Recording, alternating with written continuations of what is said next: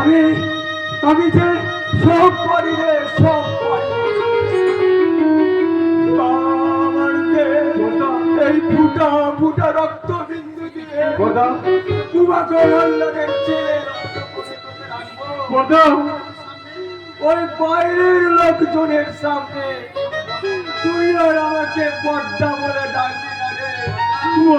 আমাকে বড্ডা বড্ডা যা ভাই যা, ওই ভিতর থেকে আমার ওষুধের শিশুটা নিয়ে এলো ভাই যা। আমি আমি আজ জুতো পালিশ করতে বেরবো রে ভাই, আমি আজ জুতো পালিশ করতে বেরবো। আমার ওষুধ শেষ হয়ে গেছে, আমি ডাক্তার গিয়েছিলাম।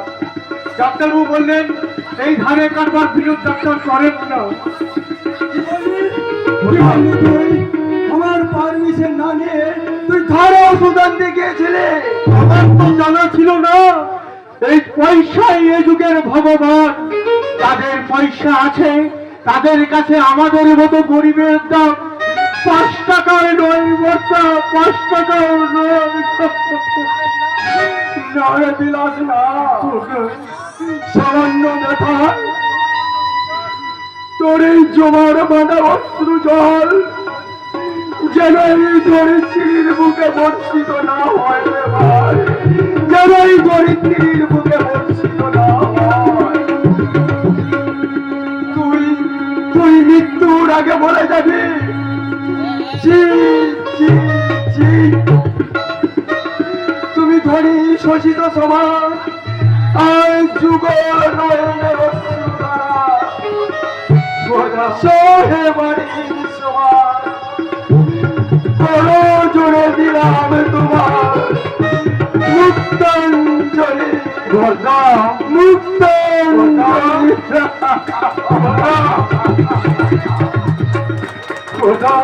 নারে বিলাস না,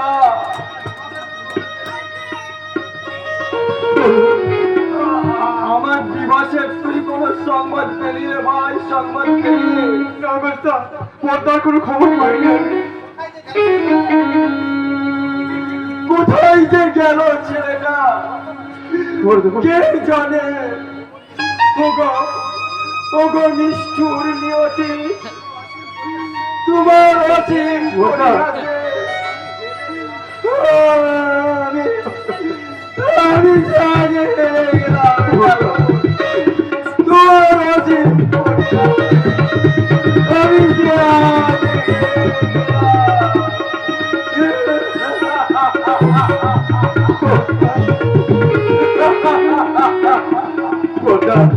বেস্তা কোথায় আছেন না আমি জানি বর্তা। সেদিন আমি স্বপ্নে দেখলাম এক বিশাল দৈত্যের মতো মানুষ বেস্তাকে তার মায়া বলের দূর থেকে আকর্ষণ করছে। বেস্তা দিশাহারা হয়ে ওই মৃত্যুর নদীতে ছাপ দিল, বহু বাধা বিঘ্ন অতিক্রম করে ওপারে গিয়ে নীল হয়ে গেল।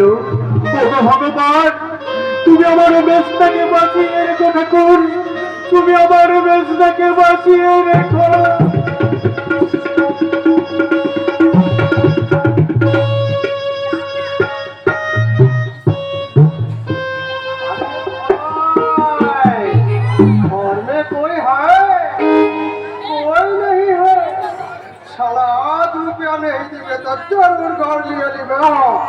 अरे विकास भाई दाड़ा, भाई तो बहुत गद्दारी शुरू कर दिया। आज ना काल दिवे नहीं, आज हम ही छोड़वे ना। अरे अरे खुंदुनी भाई का तो खुंदुनी बजा दिया। अरे भाई विकास, तुम तो इंशाल्लाह दिया तो, लेकिन हमारा रुपया क्यों दिखो ना भाई? আপনি বিশ্বাস করুন শেঠজি, কদিন আমার শরীরটা বেশ ভালো যাচ্ছে না, তাই তো আমি কাজে বেরোতে পারছি না। नहीं विकास भाई, ও ঝুট মুট বলে তুমি আজ আমাকে ফিরিয়ে দিতে পারবে না।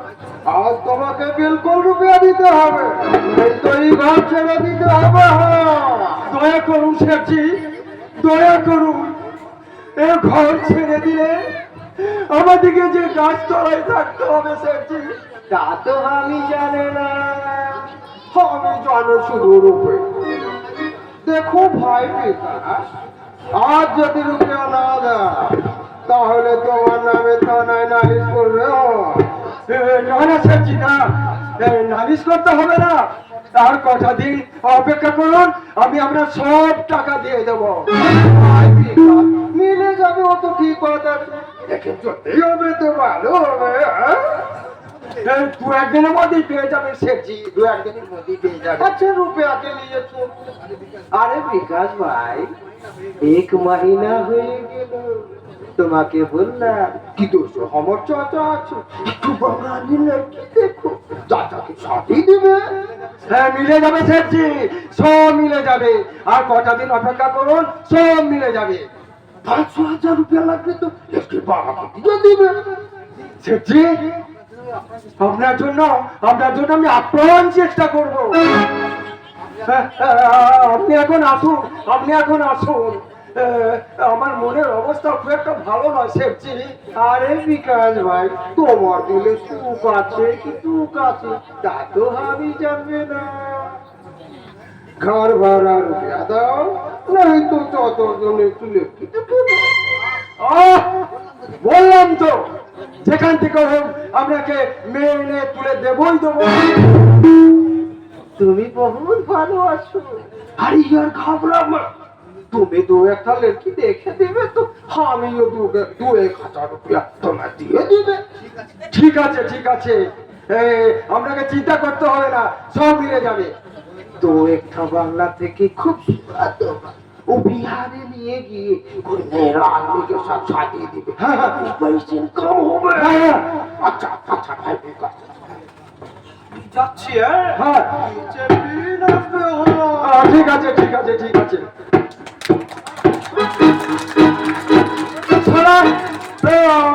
আমি মাথার ঘায়ে কুকুর পাগল, আর উনি এসেছেন বিয়ে করতে। আর মেয়ের বাবাদিকেও বলে হারি, মেয়ের বিবাহ যদি দিতে নাই পারবেন তাহলে আপনাদের বাবা হতে লজ্জা করে না, লজ্জা।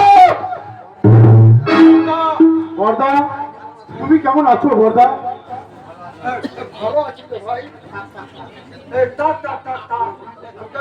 প্রণাম করতে হবে ভাই, প্রণাম করতে হবে না।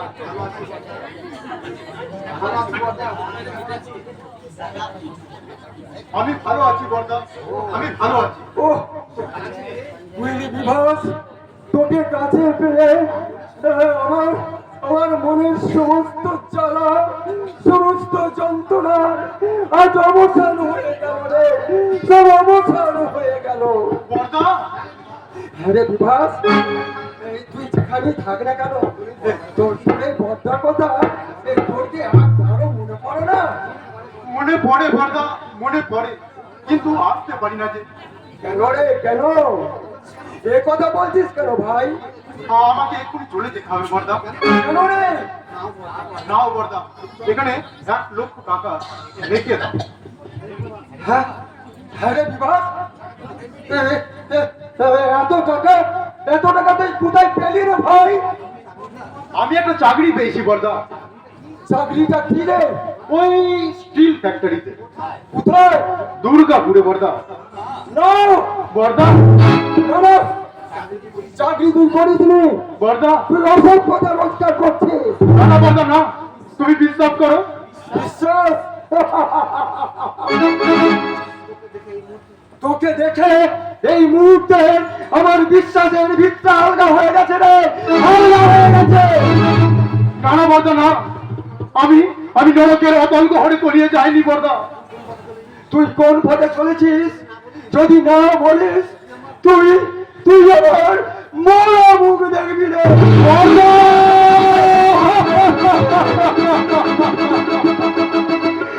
তুমি এত বড় দিব্যি কেন দিলে বর্দা?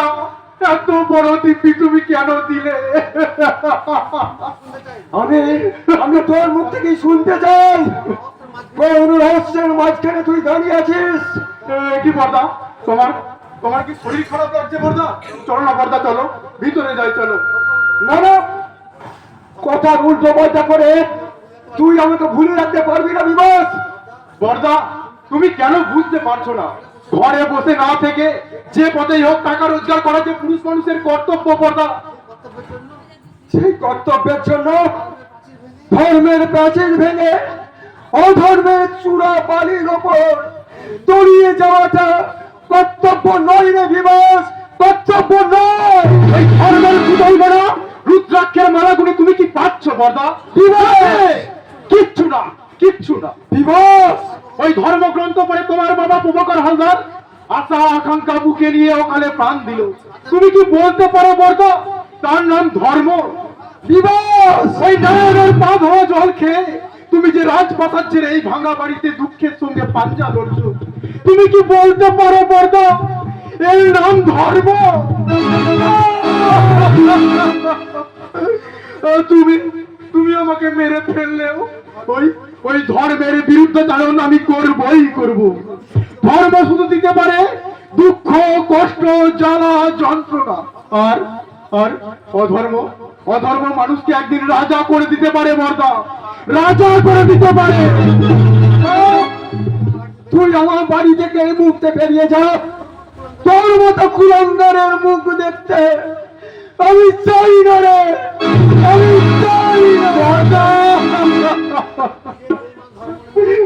যে বেঈমান ধর্ম মানে না, যে স্নেহ আদর্শকে গলা টিপে হত্যা করতে পারে, তার সঙ্গে আমার কোনো সম্পর্ক নেই রে, তার সঙ্গে আমার কোনো সম্পর্ক নেই। বর্দা তুমি ভুলে যাচ্ছ, তুমি আমি আর বিলাস একই পিতার রক্তে তিনটি গোলাম এই পৃথিবীতে বিরাজ করছি। আমাদের আমাদের গন্ধ যে এক বর্দা, আমাদের গন্ধ যে এক। তুই একদিন প্রভাত শিশির বর্ষণে প্রকৃতির পরশে গোলাপ ছিলিস, কিন্তু আজ লবড় লালসার মোহে তুই আর হয়ে গেছিস একটা শিমুল ফুল। বর্দা তোর রূপ আছে কিন্তু গন্ধ নেই। তুই ফুলদারি পাবি না রে, ফুলদারি পাবি না। ওই দেবতার যুগল পদে তোর কোনদিন স্থান হবে না রে, কোনদিন স্থান হবে না। বর্দা তোর স্থান হবে ওই নরকে, ওই বর্দা নরক।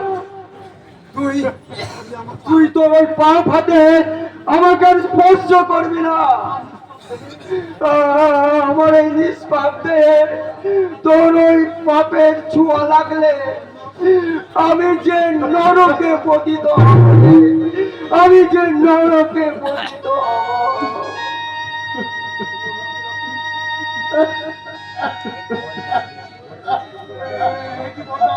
দেখি তোমার মুখ দিয়ে যে রক্ত উঠছে বর্দা, আমাকে তোমার চরণে আশ্রয় না দাও, আমি চলে যাব।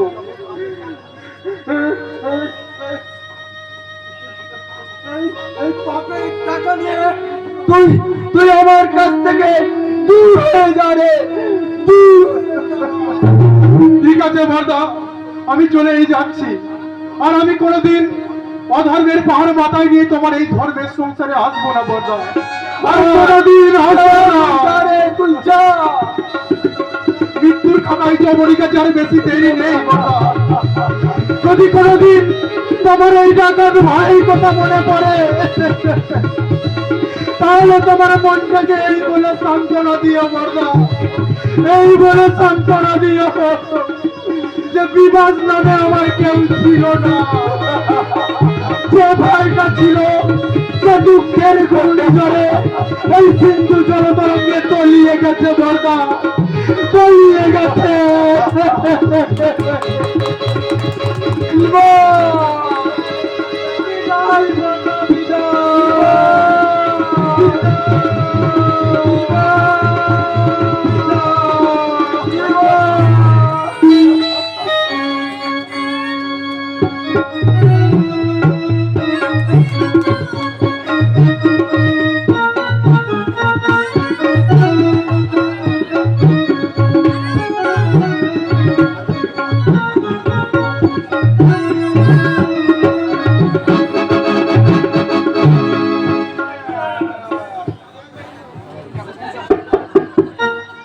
ওই তুমি ডাকো বিকাশ হালদার। তোমার বাবা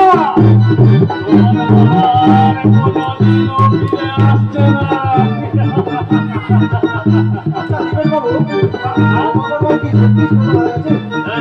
ছেলেদের উপর অভিমান করে আমার নামে সব সম্পত্তি দান পত্র করে দিলেন। আমার মনে হয় স্যার দুটো টাকার ভাবি সত্যি ওদের দান করে কিছু চিন্তা করছে তাই ভগবান দর্শন করলো। আচ্ছা মৃত লাশটা আপনি রাতারাতি সৎকার করলেন কেন? আমার বড় সম্বন্ধে আচ্ছা আমার বড় সম্বন্ধে বিকাশ বললে বাবাকে না এই বার্ষিক করা চলবে না। আচ্ছা প্রমাণ বাবুর পুত্ররা কোথায়? এই বাবাকে সৎকার করে কি যে হলো সেই রাতের মধ্যে তারা চলে গেল। আমি আমি আমি ওদেরকে কত করে বললাম না তোমরা কোথাও যেও না। আমার সব কাজ মিটে গেলে আমি দলিল পর্চা যা কিছু আছে আমার সব কিছু আমি ফেরত দিয়ে আমি নিজের বাড়ি চলে যাবো। বাপরে বাপ আপনি তো বড়টা চাবাদ বলেছিল না আমি না আমি মানুষদের না বরাবরই উদার। আরে আমরা আমার এই শরীরটা আমার শরীরটা হলো দয়ার শরীর। ওই সত্য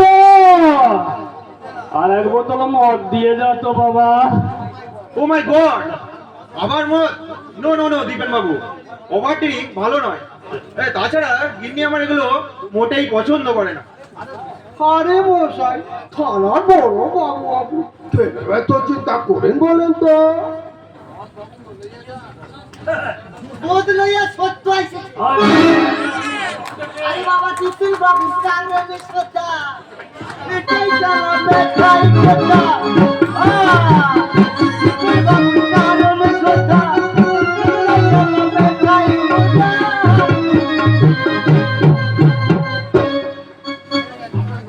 আপনার নৌকা তো বহু ভালো আছে দীপেন বাবু। জানান করতে খান। এই বেটা বাঙালকে আবার কোথায় পেলেন?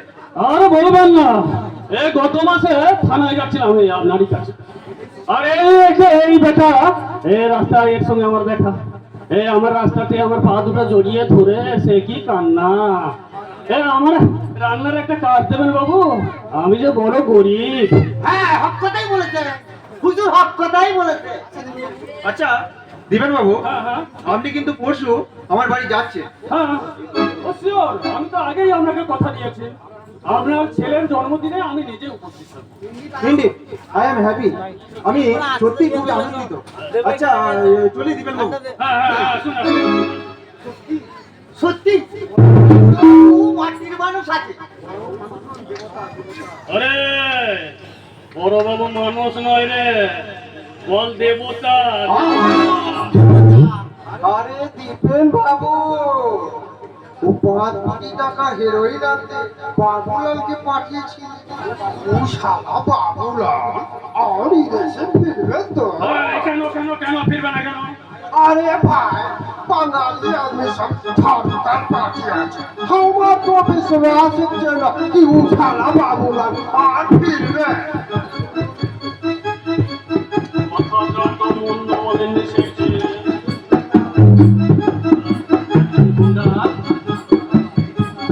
একজন গুন্ডা ওর আমার বিশ্বাস। যদি বাবুলাল গোদারি করে তো আমার কিছু কচুর না আছে। ও শালা বাবুলাল রুপিয়া নিয়ে কাজ করে আমার কাছে দেখি লেকিন দেখিস তো আমি করে না। সর্বনাশ তাই যদি হয় তাহলে আমায় আগে বলতে কি হয়েছিল? হরি হরি মশাই আপনি যে আপনার আগে সাথে পাঠাবেন না তা আমি কি করে জানবে? ও মাই গড তার মানে 5 কোটি টাকা আমার জলে গেল। আরে ভাই যে গেছে জানে সে আবার 5 কোটি প্রফিট হয়ে যাবে। সেটি তো হক কথাই কইতেছে। এই তুই হারামজাদা এখনো দাঁড়িয়ে আছিস? যা যা এখনই ভেতরে যা বাঁদর। এই যাইতেছি বাবু। হ্যাঁ, যা। আচ্ছা দরজা খুলা দে খুলা দে খুলা দে খুলা দে।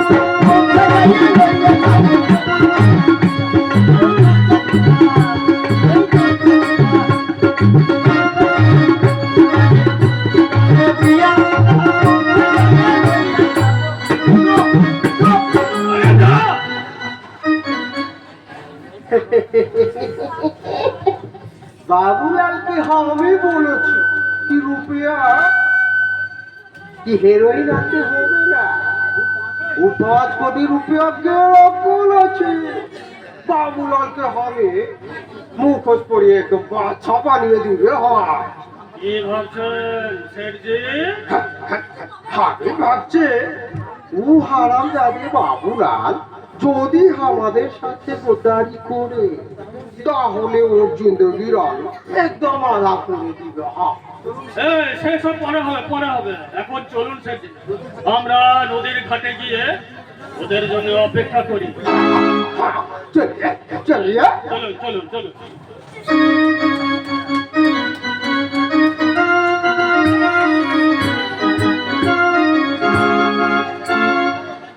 দীপেন বাবু আছেন? দীপেন বাবু না, নেই তো। তবে কি স্যার কোথাও বাইরে গেছে? আজকে এই দিনটাতেই স্যার মৃত্যুবরণ করেছিলেন। আমি তাই তার ফটোর উপর ফুলগুলো দিয়ে তার আত্মার শান্তি কামনা করব ভেবেছিলাম, কিন্তু তার হলো না। হালাই খাইছে হালাই খাইছে, বাধা করা হয়নি। আরে আমার বাজারে করতে হবে না। এই তুমি কি এবারে কাজের লোক? আমার পোশাক দেখে মালুম করতে পারছেন না আমি কাজের লোক আছি না খাবার লোক আছি? এই মরেছে। আরে কি করে বলি? কেন পারবো না? আরে শুনুন, আমি হইলাম কি ওই দীপেন বাবুর বাবা। দীপেন বাবুর বাবা আপনি? কি কইতেছি? আমার কি সৌভাগ্য, আপনার দেখা পেয়ে গেলাম। এই নমস্কার নমস্কার। নমস্কার নমস্কার। আচ্ছা একটা কথা জিজ্ঞাসা করবো? হ্যাঁ, একটা করে 1000 টাকা। না মানে আপনি সাজ পোশাকে কিন্তু এই যুগে একেবারে অচল। আরে মশাই আপনি হাসাইলেন। এই ধরেন না কেন, গায়ের রক্ত জল কইরা এই সম্পত্তি কইরা, আর এখন যদি বুড়ো বসে প্যান্ট শার্ট টাই কোট বুট কইরা মদের গ্লাসে চমক দি, তাহলে হামাগো ওই হাই সোসাইটি মানুষরা দেখা হাসুন না। আচ্ছা আচ্ছা দীপেন বাবু তো ব্রাহ্মণ, তাহলে আপনার কথা এরকম বাঙালদের মতন টান কেন? এই বাবু আবারও হাসাইলো। আমাগো আদিবাড়ি কি বলে ওই বাংলাদেশ রাজা। পাইছি। আচ্ছা আচ্ছা দীপেন বাবু এখন কোথায়? আরে বাবা, দীপেন বাবু আছে হেতাই সেটাই। আমারে একবার ভালো কইরা দেখেন তো, আমি কি পাগল আছি? আরে ছাগল হবেন কেন? তাহলে আপনি কে? কইটা থাকে হাসছেন কেন? জিগাইলাম না। আমি প্রভাকর বাবুর আমলে ম্যানেজার ছিলাম। আচ্ছা, বাবু এখন কোথায় আছে? আরে উনি তো মারা গেছেন। খাইছে হালাই, দানা পাইয়া বুধা ভূতে টুটে ধরেছে। তার কে জানে? তাহলে উনি মারা গেলেন কি করে? আরে ওই প্রশ্ন তো আমারও।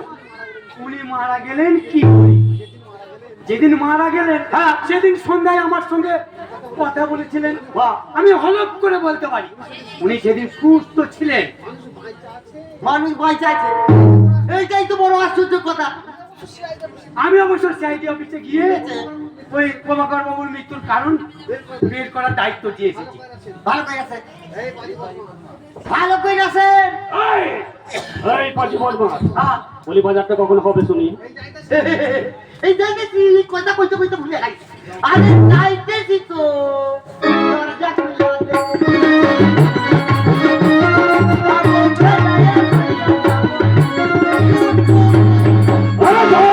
তাড়াতাড়ি বাজার করে আনবে। দীপেন বাবু, এই বাবা শুনে এরকম রোডটা হওয়ার করা কিন্তু আপনার উচিত হয়নি। আরে বাবা কিন্তু ভগবানের চাইতো কম না। ওই ইডিয়েট চাকরটা আমার বাবা। এই আপনার সাহসের প্রশংসা না করতে আমি আর পারছি না।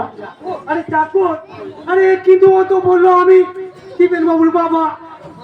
এই আপনার শ্মশানে যাওয়ার বয়স তো হলো, এখনো মানুষ হতে পারলেন না। সেটাকে আমাদের এখানে আসার কারণটা কি জানতে পারি? আরে তেমন কিছু না, এই ফুলগুলো এই স্যারের ফটোর পাশে দিয়ে দেবেন। দিন। তাই তো আজ আমার বাবার মৃত্যু দিবস। আমি তো ভুলেই গেছি। এই ফুলগুলো দিয়ে বাবার আত্মার শুভকামনা করতে হবে। শুভকামনাটাকে করবো। তোমায় হৃদয় মাঝে রাখবো,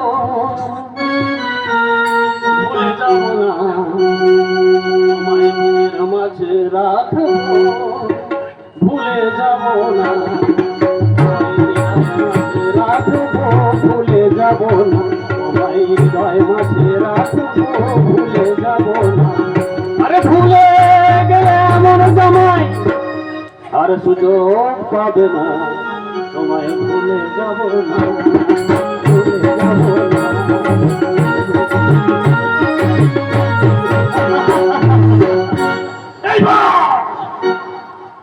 এইবার এই ফুল সহ বাবার ওই ফটোগুলো আমি চূড়া ফেলবো। ওই আস্তাকুরের ডাস্টবিনে। দীপেন, দীপেন নাম আমার। খেলা ঘর জামাই কাছে বলে আমি বুঝিয়ে দেবো না।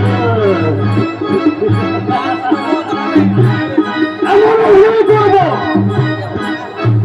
কেউ বুঝতে পারবে না। আর আমি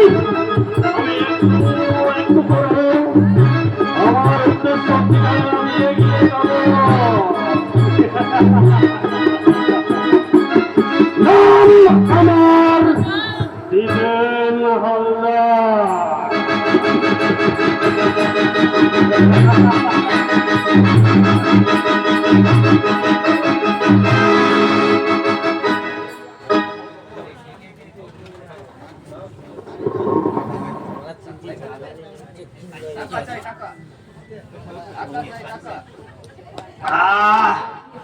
টাকা চাই, টাকা।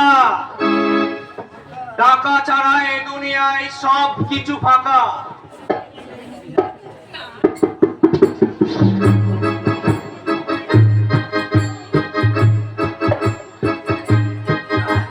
এই পৃথিবী জানুক, এই কানা সরকারের মনে কোনো দয়া নেই, মায়া নেই। সে শুধু হাসতে জানে।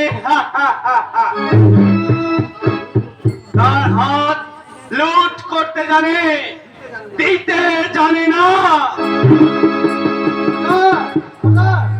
কাজ সম্পন্ন হয়েছে জলের। শুয়োরের বাচ্চা, তোরা তোরা কি মায়ের দুধ পান করিস রে? তুমি যে ছক এঁকে দিয়েছিলে, হ্যাঁ হ্যাঁ, সেই ছক ধরেই কাজ করেছি। কিন্তু রকি সারা গুলি খেয়ে জখম হয়ে গেছে। না, আমাদের গুলি আর বোমা শেষ হয়েছে। তখন মেশিন গান চালিয়ে নৌকায় উঠে কোন রকম পালিয়ে আসে। তারপর রকি এখন কোথায়? রকি তো গুলিকে জখম হয়ে গেছে। না, ওর ওর মাথাটা তুই কেটে আনলি না কেন?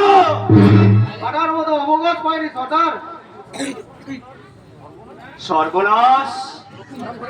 রকি যদি এখন ধরা পড়ে ওই জনসাধারণ আর পুলিশের কুতোকে আমাদের আস্তানা বলে দেয়, তাহলে তাহলে তো মহা সর্বনাশ হয়ে যাবে সর্দার। সর্বনাশ!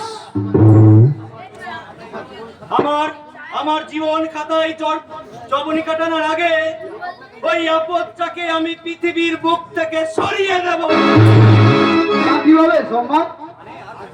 মানে আজ সন্ধ্যায় যেভাবে হোক গিয়ে তুই রকির বুকে গুলি চালাবি। কিন্তু সে সুযোগ কি পাবো সর্দার? পেতেই হবে। একটা কথা মনে রাখিস জলিল, আমাদের এতগুলো প্রাণ বাঁচাতে ওই রকির বুকে তোকে গুলি করতেই হবে। যদি আমিও ধরা পড়ি সর্দার?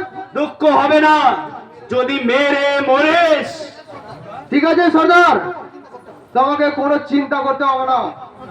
রকির প্রাণ পাখিরা আমি নিজের হাতে খাঁচা থেকে বের করে মহাশূন্যে উড়িয়ে দেব।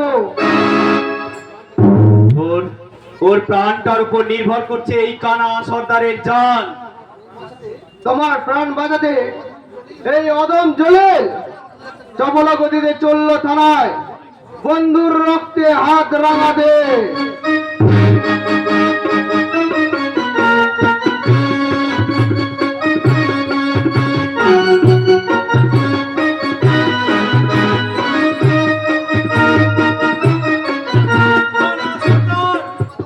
তুমি কত বড় বেঈমান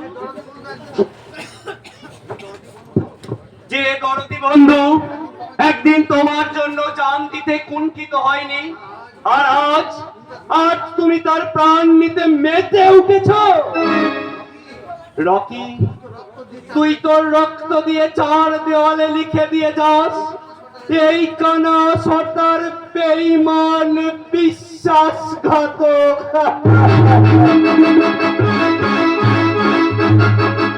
আজ এই প্রথম পরাজয়ের কালী মুখে মাগলাম। কোন কোন মানবিকতায় আমি সরকারের কাছে গিয়ে বলবো আমরা প্রাণ নিয়ে পালিয়ে এসেছি? তার চেয়ে গুলির ঘর্ষণে আমার মৃত্যু হলো না কেন? আমার মৃত্যু হলো না কেন? না না, তার চেয়ে বরং একটা গুলি খেয়ে মৃত্যুবরণ করি। না বিক্রম, জয় আর পরাজয় নিয়েই তো আমাদের জীবন। সর্দার, যে পরাজিত হয়ে আফসোস করে সে বীর, সেটাই তার বীরত্বের পরিচয়। এই কাপুরুষকে ক্ষমা না করে আপনি বরং প্রাণদণ্ড দিন। প্রাণদণ্ড তো আগেই হয়ে গেছে রে বিক্রম। তুই আর এক নতুন বিক্রম।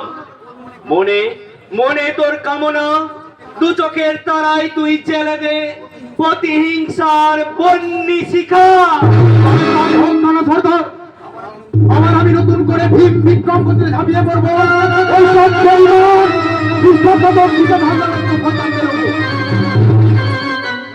হ্যাঁ, ঠিক বলেছিস। ওদের বুকের ওপর বসে আমার এই সমাল হাতের তীক্ষ্ণ থাবায় ওদের ক্ষত বিক্ষত হৃৎপিণ্ডটা উপরে আমি কুকুরকে দিয়ে খাওয়াবো। একদম তাই। আর আমি কি করব জানিস? কি করবে কানা সর্দার? আমার জীবনের সব চাইতে বড় শত্রুটাকে ধরে এনে এলো পাথারি চাবুকের কষাঘাতে রক্তাক্ত করে একটু একটু করে লবণ ছিটিয়ে দিয়ে হাসবো, সেই আনন্দের হাসি। আর আমার জীবনটাকে যে শয়তান ব্যর্থতার কালীয় নাগের বিষয়ে নিক্ষেপ করেছে, এই বিষের জ্বালায় আমার মন জান জ্বলে পুড়ে খাক হয়ে যাচ্ছে।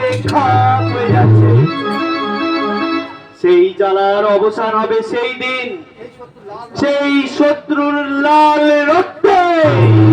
রক্ত রক্ত আর রক্ত কতদিনে পারবো ওই বেঈমান দীপেন হালদারের উষ্ণ লাল রক্তে আমার বাবার অতৃপ্ত আত্মা খাদ্য খাদ্য করতে। সেদিন আসন্ন সর্দার, সর্দার, রকিকে খুন করে আসার পথে দেখি হ্যাঁ এই জানোয়ারটা একটা ট্যাক্সি থেকে লাশ বের করে নদীর জলে ভাসিয়ে দিল। তাই তোমার কাছে আমি ধরে এনেছি কি? ভালোই করেছিস। এই শালা, সত্যি করে বল তুই কাকে খুন করেছিস? আমি কাউকে খুন করিনি। সর্দার, ওরে বিচারটা আপনি আমাকে করতে দিন সর্দার। ঠিক আছে, এর বিচারটা তুই কর বিক্রম। আয় বলে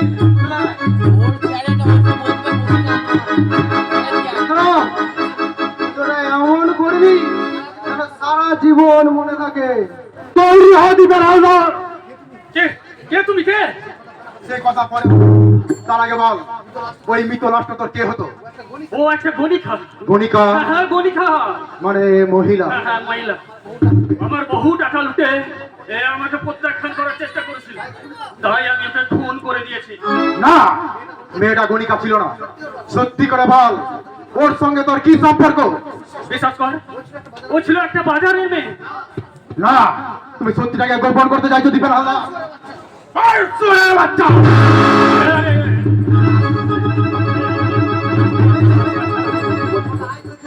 বল তাড়াতাড়ি বল, নাহলে আজ তোকে কেউ বাঁচাতে পারবে না। বলছি তাড়াতাড়ি বল। ও ছিল ও ছিল আমার স্ত্রী। ওর নাম কি? ওর নাম সবিতা। না! শালা বেঈমান! তুই আমার দিদিকে বেঁচে থাকতে দিলি না। সত্যি করে বলো, কে কে কে তুমি কে? এইবার তুই আমাকে চিনতে পারবি দীপেন হালদার। তার আগে বল, প্রভাকর হালদারকে খুন কে করেছিল? আমি আমি আমি আমি আর আর ওই দানপত্র দলিলটা কোথায়? এই বাড়িতে আছে। ওই দলিল তুই কবে আমার হাতে সমর্পণ করবি? কাল এসে আমি দিয়ে যাবো, আমাকে ছেড়ে দাও ভাই। ছেড়ে তো তোমায় দেবে ওই দীপেন হালদার, শুধুমাত্র ওই দলিলটার জন্য। সত্যি বলছো? তুমি আমাকে ছেড়ে দেবে? বিভাস হালদার, ভগবান তোমার মঙ্গল করুন। বিভাস হালদার মুখে যখন একবার বলেছে তখন তো তোমায় ছেড়ে দেবে, তবে যে হাতটা দিয়ে তুই আমার দিদিকে খুন করেছিস ওই হাতটা আমি কেটে দেব। তুমি আমার একটা হাত কেটে আমাকে বন্ধু করে দিও না। কানটাই নিতাম শুধু তোমার রক্তে বন্ধ করবো বলে। দলিল ভাই, আমার কাটারিটা নিয়ে আয়। এনেছি বিক্রম। হ্যাঁ, আমার কাজ যদি আমাকে এই করতে দে। তুই মনের আনন্দে তোর কাজটা সম্পূর্ণ কর। তৈরি হতে বেড়াই নয়, আমি তোর একটা হাত কেটে তোর থেকে নামিয়ে নেব। তুই আমার দিদিকে বাঁচতে দিস নি, আরে না, তুই আমার বাবাকে বাঁচতে দিস নি।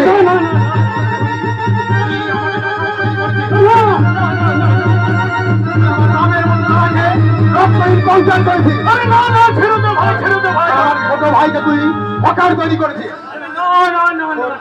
তোর এই পা ফাটটা আমাকে দে, দে, দে বলছে।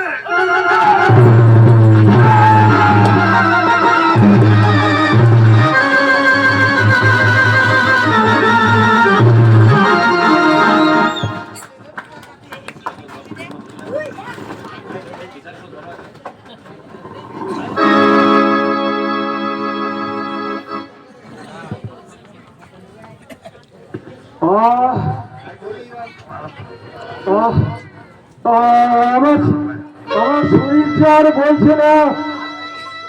আর কত পরীক্ষা করবে ঠাকুর?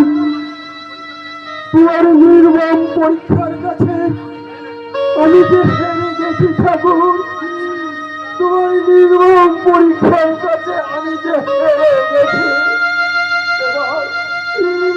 এবার তুমি আমাকে মুক্তি দাও ঠাকুর, এবার তুমি আমাকে মুক্তি দাও।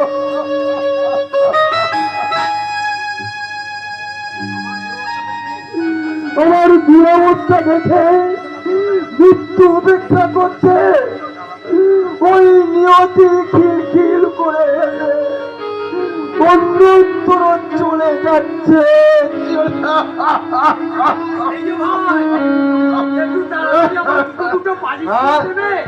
আমাকে ট্রেন ধরতে হবে। হ্যাঁ, কেন দেবো না, কেন দেবো না।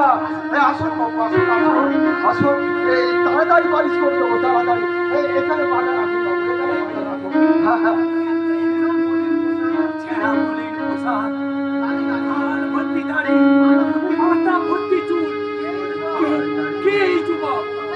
কোথায় দেখেছি বলে মনে হচ্ছে, ঠিক স্মরণ করতে পারছি না।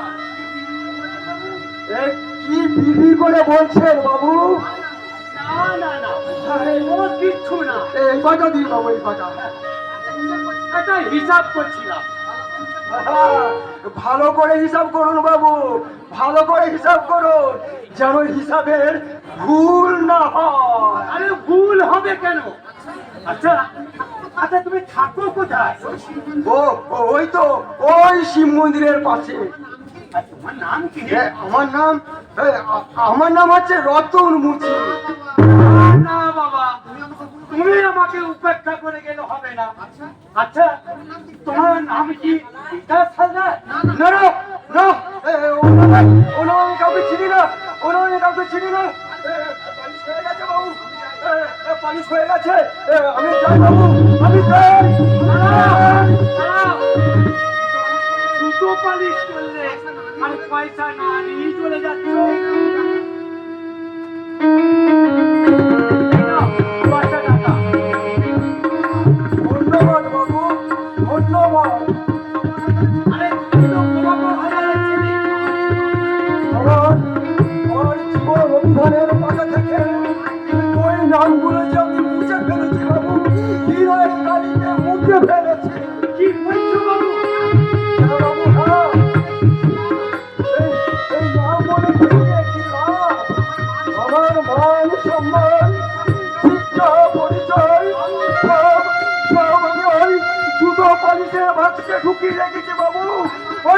পালিশে মাত্র ঢুকিয়ে রেখেছি। তাই তো আজ আমি একজন দ্রুত পালিশওয়ালা বাবু, একজন দ্রুত ব্যবহারী। তুমি সত্যিই প্রভাকর বাবুর ছেলে? না না বাবু না, বাবু ঘরে, আমি আমি ওই আকাশের চাঁদ ধরতে চাই না। তবে তবে এইটুকু মনে রাখুন, আমার পরিচয়, আমি একজন দ্রুত পালিশওয়ালা বাবু। না না না না, তুমি জুতো পালিশ হলো হবে কেন? তুমি সত্যিকারের মানুষ। মানুষ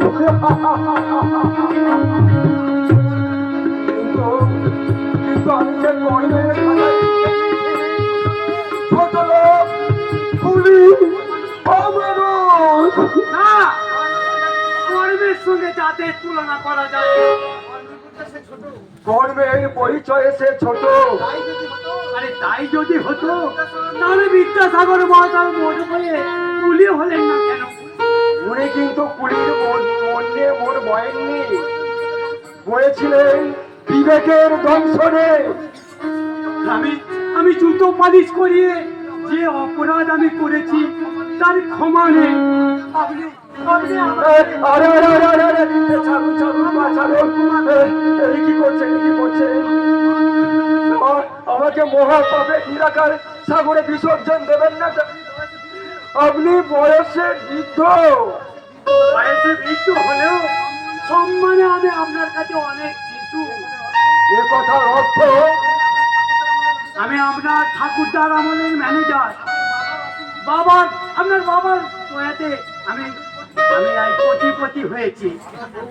আপনার বহু ভক্তির পরিচয়, আমি গর্বিত। আমার বাবা আপনাকে দয়া করেননি, আপনার ব্যবহারই আপনাকে অনেক অনেক বড় করেছে বাবু, অনেক বড় করেছে। তাহলে তাহলে সেই প্রাচীন ব্যবহারে অনুরোধ করছি আপনার বাবার সেই অসীম দান আপনাকে ফেরত দিয়ে আমি আমি কাশি ধামে বাকি জীবনটা কাটিয়ে দিতে চাই। বলুন বলুন, আমার এই সামান্য দান আপনি গ্রহণ করবেন? না না, তা হতে পারে না, তা হতে পারে না। এই যেমন একজনের অপরাধ আর একজনের সাজা হতে পারে না, পিতার দান ফেরত নিয়ে পুত্র অনন্ত নরকে গমন করতে পারে না, কিছুদিন না। তাহলে তাহলে আমার এই অনুরোধটা আপনি অগ্রাহ্য করবেন? ব্যস্ত ব্যর্থ প্রতীক হয়ে নির্বাণার সন্ধানে চতুর্দিকে দৃষ্টি প্রসারিত করলাম। এই দৃষ্টিকে ভ্রান্ত করতে নাই বা এলো সম্মুখে ব্যর্থ আবরণ। আমার মহারানের অর্ঘ যখন সাহায্যের দ্বীপ হয়ে নির্মল হৃদয়ে বারবার হাত ছাড়িয়ে দিচ্ছে, কিন্তু কিন্তু আপনি তা ঘৃণার ফুয়ে নিভিয়ে দিচ্ছেন। দ্বীপ হয়তো আর জ্বলবে না, কিন্তু কিন্তু এমন হৃদয়ে নির্মাণ করুন যাতে ওই বেঈমান দ্বীপের হালদারের অধর্মের ঝাড়বাতিটা এক ফুয়ে নিভিয়ে যায়, এক ফুয়ে নিভিয়ে যায়। না না, এটা হয় না, তা হয় না। যে জ্বলছে সে চিরদিন জ্বলবে। যেমন এক রাজা অন্যের কাছে পরাজিত হলে তার কপালে রাজ তিলক রেখে দিয়ে রাজত্বের ভার তার হাতে দিয়ে দিয়ে সে চির বিদায় নেয়, তেমনি আমার বাবা ওই দ্বীপের হালদারকে দায়িত্ব দিয়ে গেছে। তার তার বংশের দ্বীপ যেন চির অটুট থাকে, চির অটুট থাকে, চির অটুট থাকে।